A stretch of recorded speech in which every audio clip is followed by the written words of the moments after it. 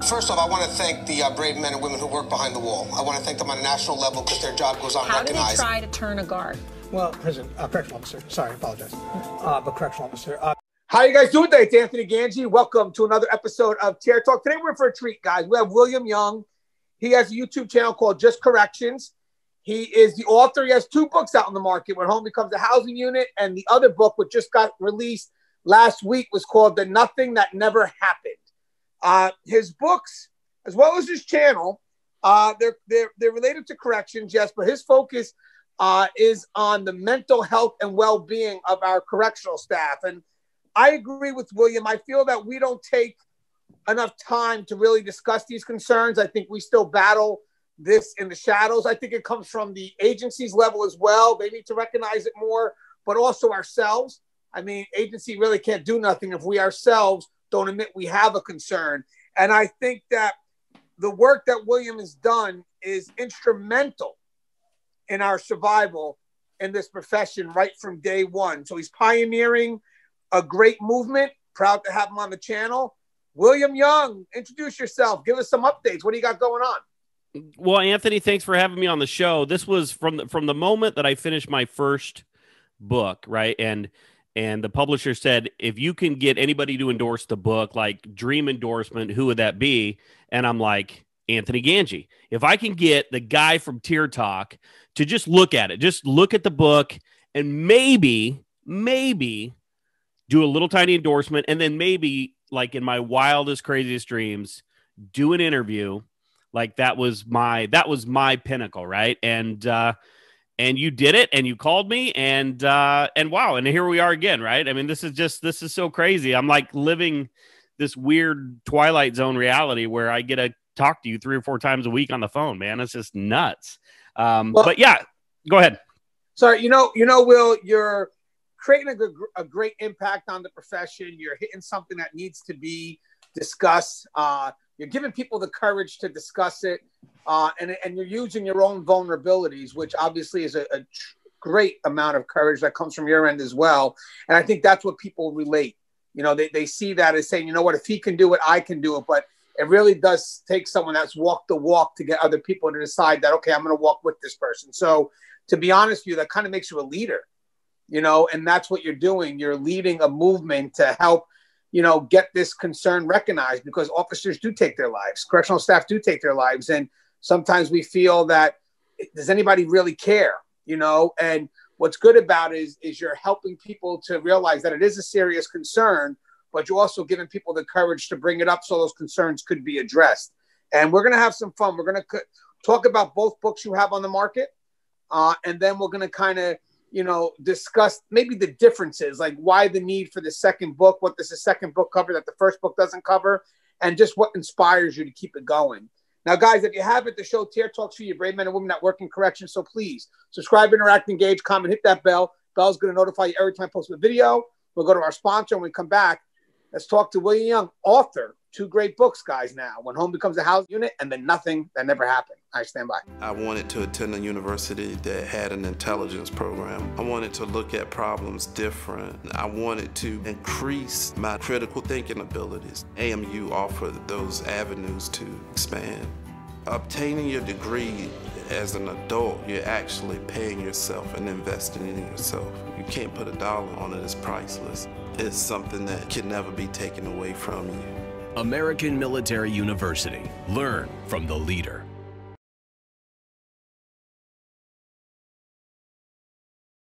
All right, guys, and we're back. Now, I'm going to tell you something, Will. Your first book, man, I remember reading that cover and like, man, that book is about corrections. When home becomes a housing unit, if that's not a way of that of like kind of saying that cliche, you know, leave home at home and work at work.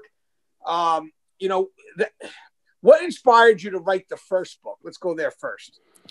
Well, I mean, I started writing to kind of deal with my own demons, right? I mean, I attended the course, Katarina's course in Colorado, and I came home and I was still in the same place. I mean, I thought that this course would fix me. I thought everything would be fine, but the problem is you have to do some work after you have the information. And so I started writing, and then I would write like what I was bitching about, like what was making me upset. And then I would say, okay, smart guy, now how do you fix that? How are you going to not let this happen again? Or how are you going to correct this behavior? And so I just started writing and submitting articles and compiling these chapters. And then we put it out in a book. And for me, like you talked about earlier, I think the main problem is correctional officers aren't given this information early on in their career. So they don't even know that this kind of stuff is happening. And so that's why we're very cynical. We're not very receptive to this kind of discussion. And so I wanted to have a title. I wanted to have a cover that when an officer saw it, like it means maybe, like nothing, like if your neighbor looked at it or if your nurse looked at it or whatever, but I wanted something that when an officer looked at it, it would make them stop for a minute. It would give them pause and they would be like, all right, I got to see what this is, because that's me sitting there on my couch, So that's kind of why I wanted to do that. I wanted something, because it takes a lot to get correctional officers' attention, right? I mean, it's just not, this is a hard sell. And so I needed to work through my own stuff. And then I said, you know what, that's not enough. I need to try to reach out. I need to try to save other people by giving this information. Right. Now, I noticed that both books focus on what you take home from work, but you kind of, me and you were in agreement with something. The leave work at work and leave home at home. The leave work at work is something that we've discussed many times before, where I think people don't realize that you have to have a place that you have to vent, and it's a controlled vent, don't get me wrong. But sometimes when people say leave work at work, I have a feeling it also means that we have the ability to do that. In some cases, is that the right thing? Am I holding it in? I mean, do I need someone who knows me outside of this profession to talk to me about the things that are bothering me about this profession? And I love what you say, because it kind of reminds me of the fact that in the end of the day, we are wearing the uniform. The uniform isn't wearing us. But, what's your thoughts on that? Leaving work at work. What does that mean to you? Is that correct? Or this, Anthony, that's one of the other than saying don't talk to me like an inmate, hearing somebody tell somebody to leave work at home is probably like my other trigger, because I don't think that we understand what that means. When people say, hey, don't let the job get to you, hey, stuff like that, I'm not telling officers that you should be at home sitting on your couch thinking about, oh shit, I forgot to get that inmate that uniform that he asked, or I forgot to deliver the mail today. That's not what I'm talking about. I'm talking about those situations that happen when you're sitting on your couch and you're replaying the fight, or you're replaying that moment where your partner almost got seriously assaulted or did get seriously assaulted, and you're second guessing yourself, or when you're sitting there like, can I do this job? I mean, I was legit scared today. I don't know if I can go back to work. And I've had conversations with countless officers over the last couple of years, man. And this is something that we really struggle with, because we work in such a high stress job under the threat of violence all the time. And we come up even, 10, 15, 20 years into your career, you run into a situation where you're like, and I don't know if I made the right decision, or I don't know if that went down the way it should have. Those are the kind of things that I'm talking about that you can't leave in your locker next to your smelly boots, right? I mean, those things follow you home. And then what you said about venting. I mean, if you bottle those in, if you internalize those, you're gonna explode. I mean, you're eventually gonna spill out. And you're probably already doing it. If you can sit there and think, when's the last time I freaked out on my kids, and then think about what were they really doing? Was that response warranted? When you wake up and you're in a shitty mood and you're arguing with your spouse, is it really what your spouse is doing that's doing it? Or is it years and years and years of not processing and not dealing with the crazy environment that we work in? Yeah, I think your first book, When Home Becomes a Housing Unit, really showcases the things that we face every day. The fights, the suicides, the stuff that we have to take in. Your second book, The Nothing That Never Happened, is the threat of those things and the anticipation of what could happen but doesn't. And that obviously could be just as powerful as actually going through it. And I want to ask you something before we explore the second book. Do you think the anticipation is worse than the actual event itself? Well, absolutely. I mean, there was in my readings, and I can't quote you the source or whatever, but I remember reading something on interrogation and torture, and that the threat of torture is worse than the actual torture itself on the people that are getting tortured, right? So I even mentioned in my book, right? If me and you were dealing with each other and I punch you in the mouth, you get, even if you get your jaw broke, okay, you got your injury, you got your physical injury, and then you go through the process of getting it healed. You get your jaw wired shut, you eat through a straw for a little bit, whatever, and then you start to process that.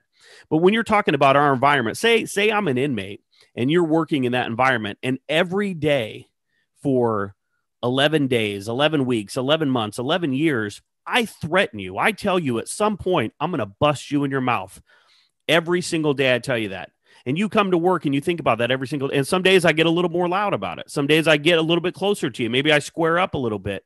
But you eventually, it will change your behavior. You will start to think when you walk into that unit, when you deal with that inmate, is today the day that he's going to do it? And he may never do it. And that's the thing, but you're still reacting. You still have an adrenaline dump. You're still, tearing up your heart and all that.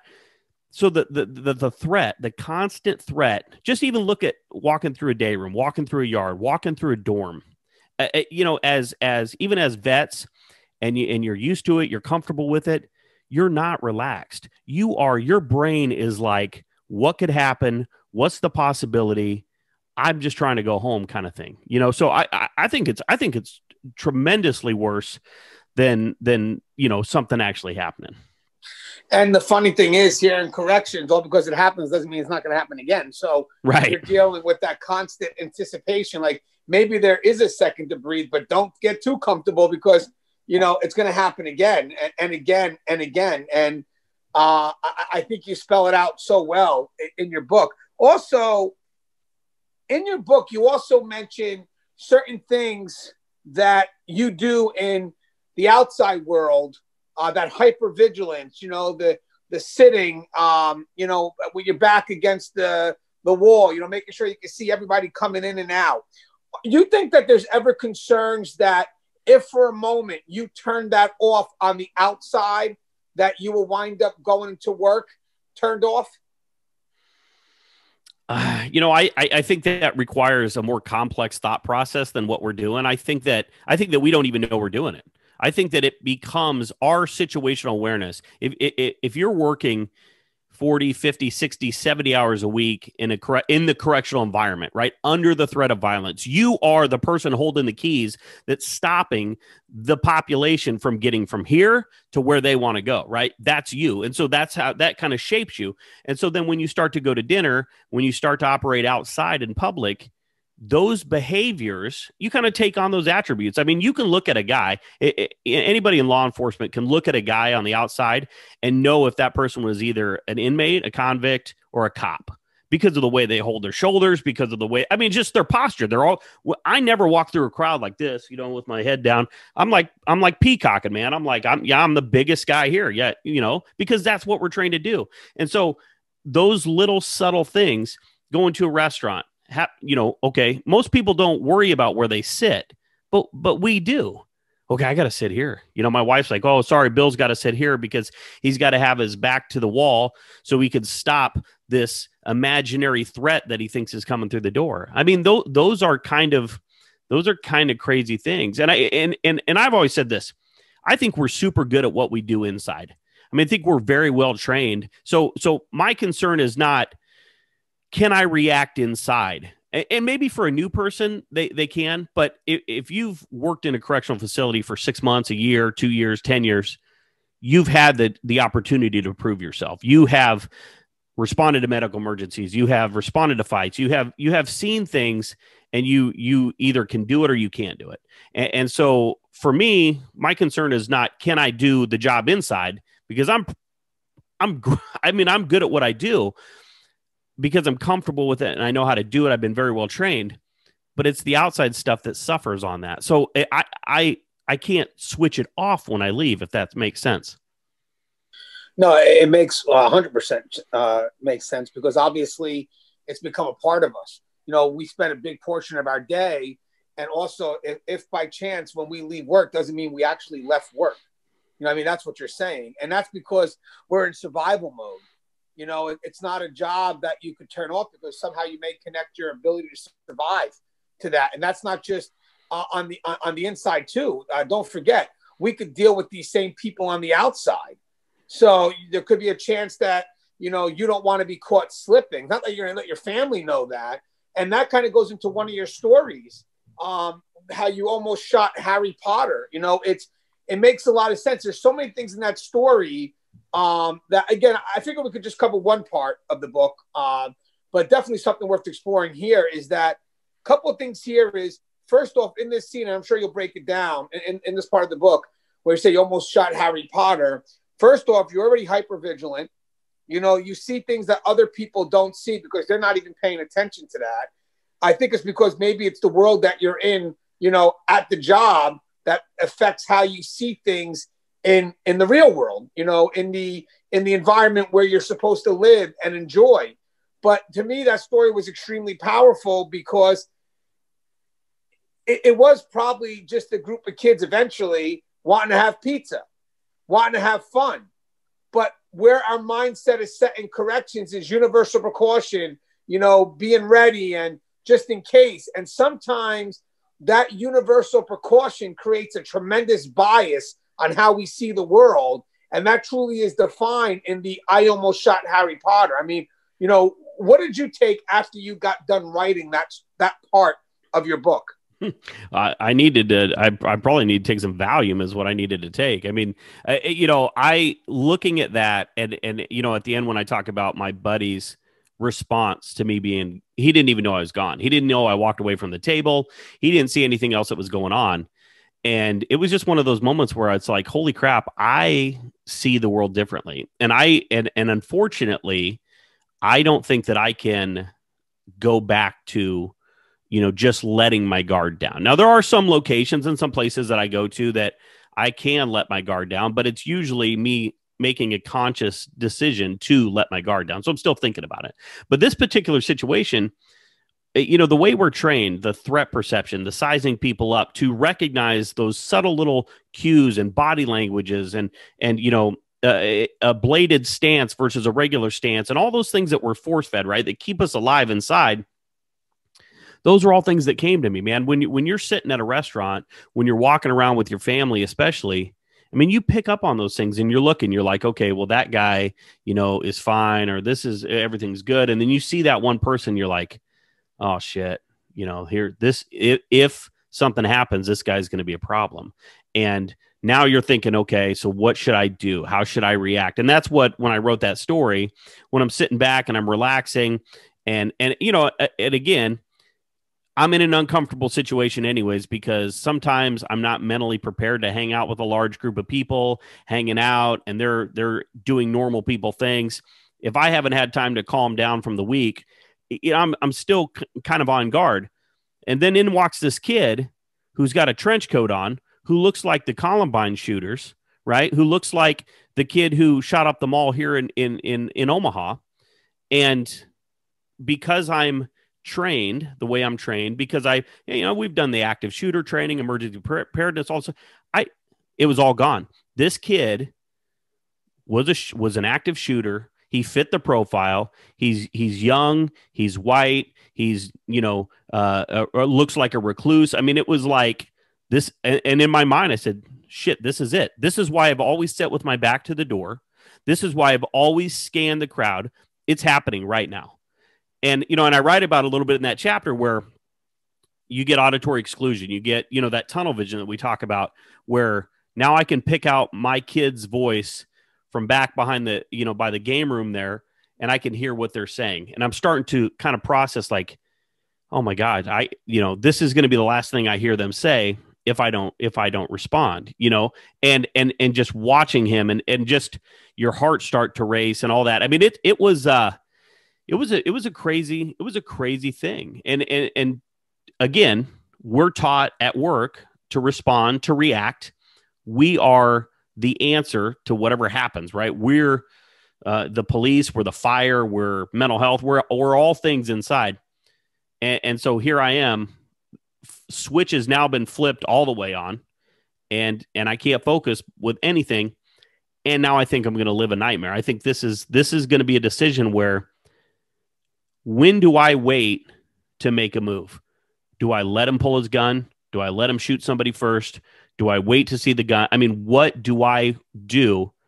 And that's a scary position to be in. That, I mean, that's a scary thing to think about. And I know that all correctional officers carry weapons, most of us, and, we're all, we all train, we all, do whatever. But here was a situation where I thought, man, this is something I'm going to have to really do. And man, reading your book, obviously, and just going through the message that you have, because it even in Home Becomes a Housing Unit, it really does remind us, okay, these are the things that we're taking home with us, but these are the reasons why we're taking it home. You're actually able to draw a connection between why I'm feeling this way at home, which I think a lot of people don't take the time to do. They kind of may think that why I'm feeling this way at home has to deal with me being home, and it doesn't. It's because it may be something at work that you just didn't, fully process, and you're still processing it without realizing it. And then when you get home, it just explodes. But again, these are areas that had to be touched, because I think a lot of people, again, live by that thing, leave work at work. And again, if you have the ability to do that, that's great. But, a lot of people don't. I don't. I'll admit that I don't. I think that in this profession, even when we're trained, I don't think they train you to turn the stuff off that they're teaching you, like to live a normal life. I think they train to, hey, you're mine for 8 hours or 16 hours a day, and this is how you got to be for 16 hours a day. And after you go through these 16 hours a day, hey, no one told me how to turn this off. You got me turned on, but no one told me how to turn this off. And now you're home with that same mentality. And sometimes they wonder, well, why do correctional officers have such a high divorce rate? It's because I can't turn myself off. Right? Would you agree to that? No, that's 100% right. They are at our training academies and facilities all over. I think they do a fantastic job of teaching us how to do the job, how to be in there. And you're right. Why would you teach a person to turn it off? Because then you run the risk of them getting too comfortable inside the housing unit, right? It's like, okay, don't ever become complacent. Keep your head on a swivel. Unless it's kind of quiet and you feel good, then go ahead and let your guard down. We don't. We're like, the world is different. Everybody in there is trying to kill you. You're going to see these guys outside. And so you create these hyper vigilant people. And then, and then they also come in this. And let me add another aspect to this. They come in and say, and this is why I titled this book the way I did. Hey, an inmate's going to assault you. Here's how you defend yourself if an inmate tries to stab you, kick you, grab you, gas you, whatever. And here's XYZ after that. Okay. But what they don't tell you about, what they don't teach you about, is when that inmate has a weapon and me, stand at the door for 2.5 hours to negotiate, to get him to drop the weapon, and then to walk away from that. And they say, okay, now we need to report back to your post and go ahead and do what you do. And then now I'm sitting here thinking how close I came or somebody else came to getting severely hurt or killed. And I have to unravel and unwrap all of that. And that's why I call this book The Nothing That Never Happened. Because in your facility's eyes, nothing happened. That's fine. Okay, you good. You did your job. Nobody got hurt. Let's go. Let's move on. But your body is still reacting, right? Your mind is still racing 1,000 miles a minute, and you still need to decompress from that. And so in the first book, I asked people to, hey, look at yourself, look at how the job has affected you on the outside, and then do something about it. And now I'm saying, hey, look, there's things that happen at work that you don't even know are happening. Now I want you to take a look at those things. And I want you to start thinking about all of those times that you got an adrenaline dump. Okay. And when you talk hypervigilance, every time an officer walks through a yard and they're outnumbered, hundreds to one, right? I mean, it's crazy what happens in some of our facilities as far as the way you are, as tense as you are, as guarded as you are, as hyper vigilant as you are, that affects you. That really affects you. So when you are sitting, at a PTA meeting, or you're sitting, somewhere with your family, and you hear that loud noise, or somebody's behavior starts to escalate, you get that same response. And if you don't understand that the things that we see at work, the things that almost happen to us, are affecting you as well, next thing you know, you're going to have an explosion, man, and you're going to be screaming at your wife. You're going to be sitting there, and I ramble a lot, right? But you talk tertiary trauma. You talk about just hearing about an officer getting assaulted, or hearing about a situation that God, if I was just there, I could have stopped. And now you're sitting on your couch, and now you're replaying that over and over in your brain, and wishing you could have been there, wishing you could have done something. Now you feel worthless, and now it just spirals, because the rest of the stuff is going to come rushing back to you. And that's when you get into that really dark zone, man. And that's why I want officers to understand that nothing has to even happen to you for something to happen to you. And you have to address that and understand that as they come. What's funny is not only how it takes a toll on you mentally or physically, but also the perspective you get, like going to the mall around Christmas time. I don't see Santa like my family sees Santa, especially when Santa's holding my kids.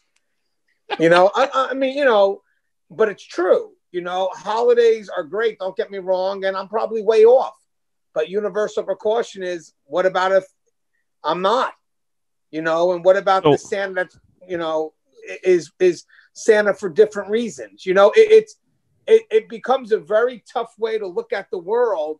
And I think our family may not understand that, which adds to the pressure. So you wind up not wanting to tell them how you really feel, because how you really feel is a perspective that they will never understand, because they're not exposed to the worst of society every day. And what's funny, Will, is if we spend a majority of our day, next to the worst in society, it's hard for us to come out into our real world and not still see that. And for people that don't understand that, well, think about this. You spend most of the time dealing with the best in society. So if I had to tell you to go to a prison, you would probably still see the best in those people, because that's what you're exposed to the most. That's the perspective that is biased, but it's the view you have of the world. And I wish there was a very objective perspective where, you could see things not as you want it to be, but as it really is. But that's not how it works. And that's not how we work.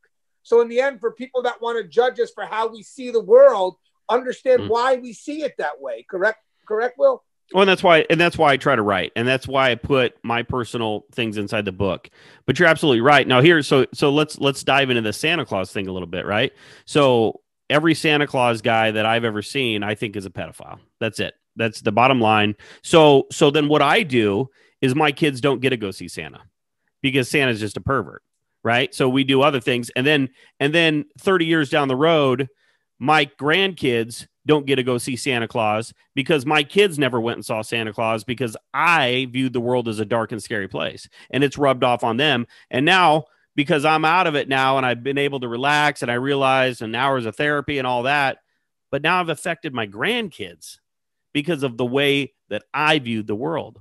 And people need to understand that. And one of the greatest things that ever happened to me with this book is my wife actually shared it. And she said, look, and she's usually pretty silent on this kind of stuff, but she said, here, look, if anybody wants to know why Bill acts the way that he does, why we do some of the things in our life that we do, check this book out, because this will explain to you that our reality is very dark and scary. Our reality it includes murderers and rapists and pedophiles and all of these things, and assaults and people have to carry guns and threatening our lives and stuff like that.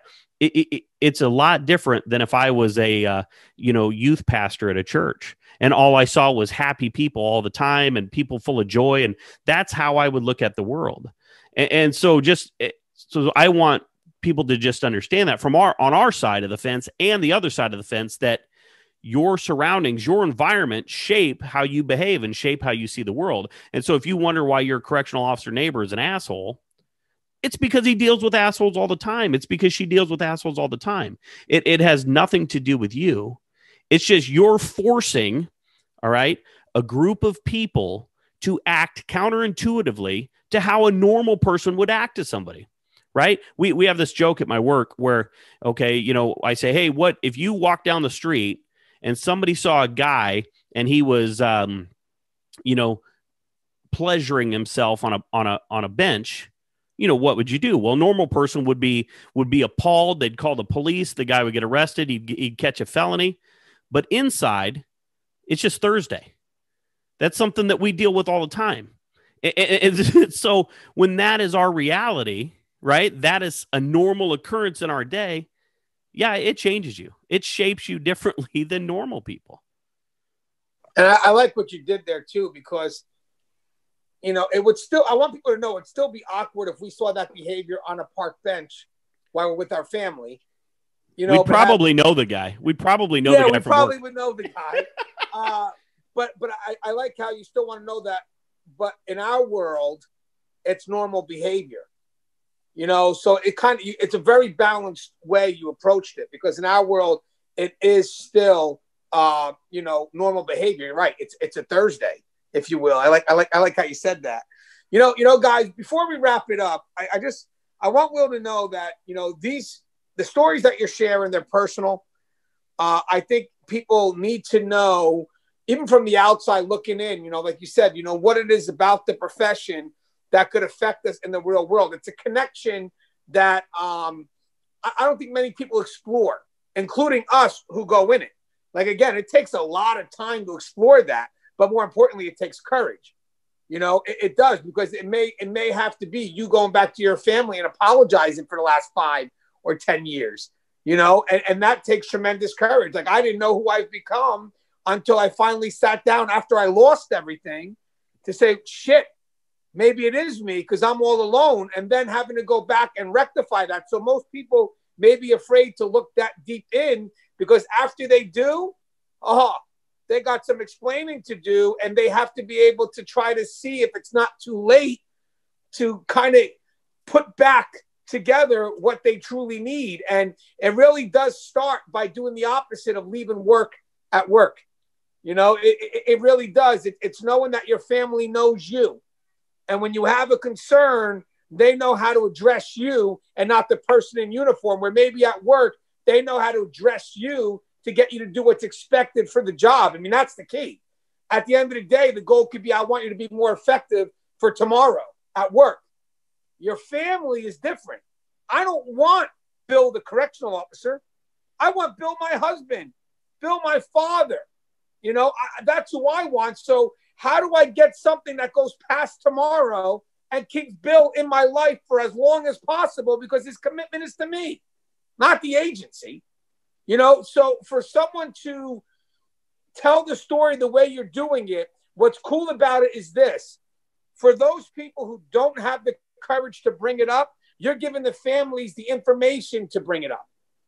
You know, you're giving the family a chance to, you know what, let's explore it from your foundation. Maybe I'm not seeing something. So what you're doing is you're creating a middle road. You know, I may not have the courage to drive there myself. So, you know what, Will has given me a vehicle, or has given my wife a vehicle. So she's driving the car now. You know, she knows where we have to go. And that's a tremendous gift to not just give to the correction profession, but to the families, Will. You know, that's a tremendous gift you're giving back to the families, brother. You're teaching them a way to meet us in the middle. And don't ever minimize that gift, because in the end, you're giving people a chance to find the means to be together, live the happy life that you deserve, instead of just letting it fall apart. And sometimes it's on us, but if we could just give our family just a little knowledge so they can help us move forward, and you're giving them the knowledge they need, which will hopefully, you know, bring those relationships back to where they need to be. So bravo, Will. Just amazing work. I appreciate it, man. And the problem that I have and the thing that I see is that spouses of, first of all, I don't even feel that correctional officers understand the seriousness of what we do and the importance of what we do, because we've been beat down. We've been beat down by public image. We've been beat down by, Joe Bag of Donuts who don't recognize us as law enforcement. I mean, there's shows like Orange is the New Black that portray us in a shitty light. But so we have that image problem, and then we don't communicate, and our spouses have no idea what goes on inside, right? And so they may not understand. They may understand why, my little brother who's a cop is always kind of goofy because, he's a cop or he's a firefighter or he's a combat war vet. But Bill, I don't understand why you're an asshole. Well, that's because you don't understand what I do. And what I do is just as intense, just as stressful, just as dangerous and important as all of those other professions that I just mentioned. And so what I want my book to do, and how I tried to present this information, is to give you a story, give you a situation that I know correctional officers have been in, that I know when I write about an argument with my kid or an argument with my wife or being out to eat and not being comfortable, I know that people have been in that situation. So you're right. So if I can't vocalize that to my wife, just hand her the book and say, hey, read this. That's me.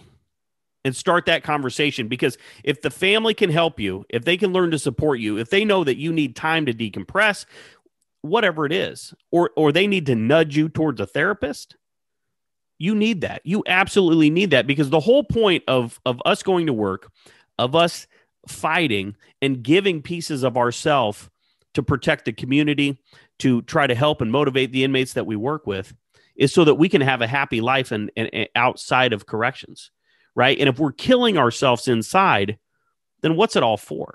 And that's what I try to do. Well, you know what, Will? The name of your book, the new book, is called The Nothing That Never Happened. By the way, link is in the description. But to me, for this profession, the book is called Everything That Needed to Happen, because it's everything there for it to finally get out and get that message heard. And just bravo, Will. Hey, anything you'd like to say in closing? Yeah, I mean, I just want to thank you for providing a venue, for being one of the pioneers of correctional advocacy. I mean, guys like me, guys like Russ, we wouldn't have the platform, we wouldn't have the voice that we have without you. And so, I appreciate it. The work that you're doing is super important. The book that you have coming out is going to be awesome. I hope people understand, first of all, how much of yourself you're giving, your time, your energy, your love for the profession to other people out there, when you could just say, you know what? And I don't know that I'm just going to, then fine. You don't want to hear it. I mean, this is a tough crowd, Anthony. So you tell people and you get comments and you get, wow, this is terrible. Why do you, and you just want, some days you just want to walk away, but because you're passionate about it, because you love what you do and you love your brothers and sisters, as do I, as does Russ, as does anybody who wants to carry this torch. I mean, it's just so important, man. And I want people to understand that Tear Talk, that your book, that the information that I'm putting out is not just stuff we want to do just because we have nothing else to do. It's because this is our passion. This is our cross to bear. And we're doing it for you, to help you have a better life, to help you have better relationships and a better career. So I'm going to do a Zoom clap for you. This is the new Zoom clap. Okay. And I want to thank you, man, for everything that you do for us in the profession. No, Will, it humbles me. I mean, you got your channel, Just Corrections. It's making its impact. You to be considered an influencer, and to know that people take your advice and they listen. And, and you find out, hey, we're using your videos in New Mexico. We're using your videos in Indiana. We use your videos in California. And to know it just started because I was frustrated, to be honest with you. I felt there were so many things that people didn't understand about the profession, but then to have these voices come on and just to bring to light, just who we are and, and what we mean in this world. You know, I find tremendous value in that. And yeah, I think it's pretty cool. And you're right. The work that we do is motivated by love and passion, and it comes across because of what we're sharing. You know, what we're sharing is our experiences, you know, and sometimes it's we're not going to be 100% right, but in the end of the day is, as long as you understand my perspective and that it originates out of love for this profession and the people that are in it, what a gift that we're given, you know, to the world. Will, you're an author, Will. You got 2 books out there. People are reading it. Yep. And with the attempt to change one life, you have changed many. That's the biggest gift, when you get that comment and they say, hey, book, hey, Will, your book, man, it hit me. It was what I needed at the right time. And when they say it's what I needed at the right time, that's a calling, man. That's something from above saying, you got to write this now because someone needs it now. The date the books come out, it's just like it's fate. It's meant to come out at that point, at that time. And the stuff I'm putting together, the stuff that you're putting together, it's going to make the profession better. It's going to make the profession safe. And hopefully, eventually, when this is all said and done, after we tell people, yes, I wish we could sugarcoat the world that we work in, but this is the reality. These are the things you need to prepare for.